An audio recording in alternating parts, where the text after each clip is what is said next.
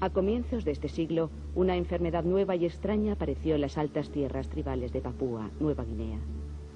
Se le dio el nombre de Kuru, que significa temblar de miedo. En pocos años, acabó con miles de personas de una sola tribu. No se conocía en ninguna otra parte del mundo. En 1957, algunos científicos acudieron a las tierras altas para intentar descubrir la fuente de la enfermedad.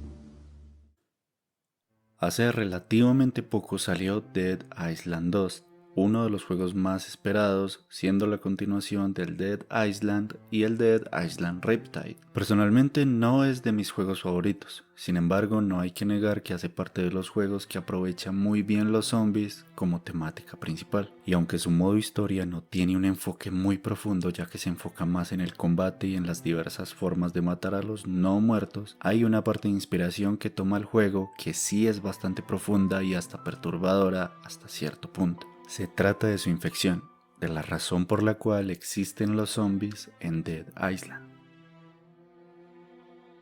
En el juego se nos explica que el nombre del virus es el Kuru y este virus existe en la vida real. Sin embargo, no es exactamente como se ve en el juego, pero a mi parecer es mucho peor que eso. En la vida real, el Kuru es una enfermedad neurodegenerativa y muy infecciosa la cual se encuentra en un cerebro infectado. Es decir, la enfermedad surgió por canibalismo, más específicamente por necrocanibalismo, que en palabras más directas sería lo mismo decir comer carne humana en estado de descomposición.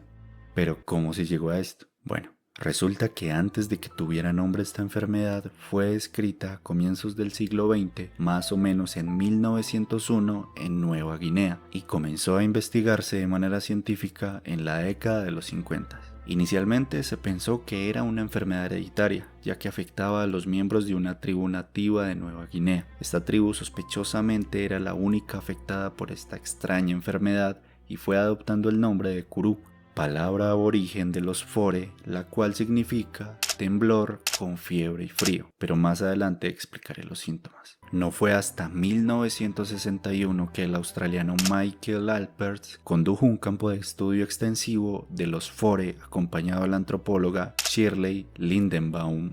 Durante su investigación descubrieron algo bastante relevante para llegar al origen de la enfermedad. Resulta que uno de los rituales de la tribu Fore era consumir los restos de los difuntos de su tribu a modo simbólico, lo que representa el duelo y el respeto hacia ellos, incluyendo respectivamente el cerebro. A esto se le conoce como endocanibalismo, que es una clase de canibalismo ritual, es decir, una práctica cultural, y el proceso de infección de los Fore era el siguiente. Los cadáveres de los familiares muertos eran desenterrados después de días infestados con gusanos. Lo curioso de esto es que las mujeres y los niños eran los principales afectados por el Kuru, siendo los hombres de la tribu los menos afectados. Esto gracias a que los hombres de la tribu no consumían, o por lo menos no en grandes cantidades, dicha carne por su pensamiento, que les hacía creer que hacer esto los debilitaría en tiempos de guerra. Por el contrario, las mujeres y los niños eran más aptos para consumir los cuerpos, incluyendo el cerebro,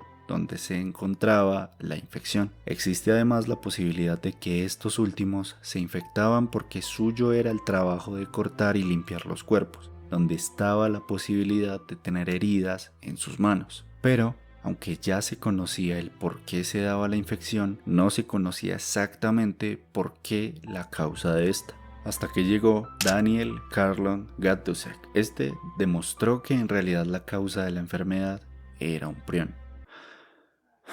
Si alguno de ustedes no sabe qué es un prión, probablemente este video no les ayudará. Es un tema muy complejo que incluso hasta el día de hoy es difícil hablar de ello. Pero para hacerlo muy resumida, un prión es una proteína mal plegada. ¿Cómo así que una proteína mal plegada? Bueno, es algo así como que falle algo en la composición de la proteína en sus diferentes fases. El por qué pasa esto aún no se sabe. Se puede dar algún indicio, pero no se sabe exactamente. El funcionamiento del prión es muy similar al de la rabia y está presente en animales y humanos, como por ejemplo la enfermedad de las vacas locas o incluso los mal llamados ciervos zombies. Y no tiene cura, ni siquiera tratamiento. y su periodo de incubación es largo. Y realmente no hay forma de saber si tienes un mal prión hasta que salen los síntomas.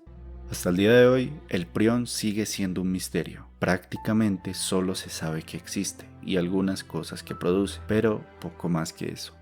Siguiendo con el curú, había mencionado que la causa de la enfermedad es un prión. Este es transmitido por la ingestión de tejidos cerebrales de personas difuntas, de aquí que la tribu de los Fore, en su mayoría, la tengan. Gaddusek denominó el prión antes de llamarlo prión como virus lento. Esto lo veremos más adelante. Y posteriormente, Stanley B. Prusner lo llamó prión. Quien no sepa quién es Stanley B. fue quien terminó de fundamentar lo que se conoce hoy en día como prión, recibiendo el Premio Nobel de Medicina en 1997.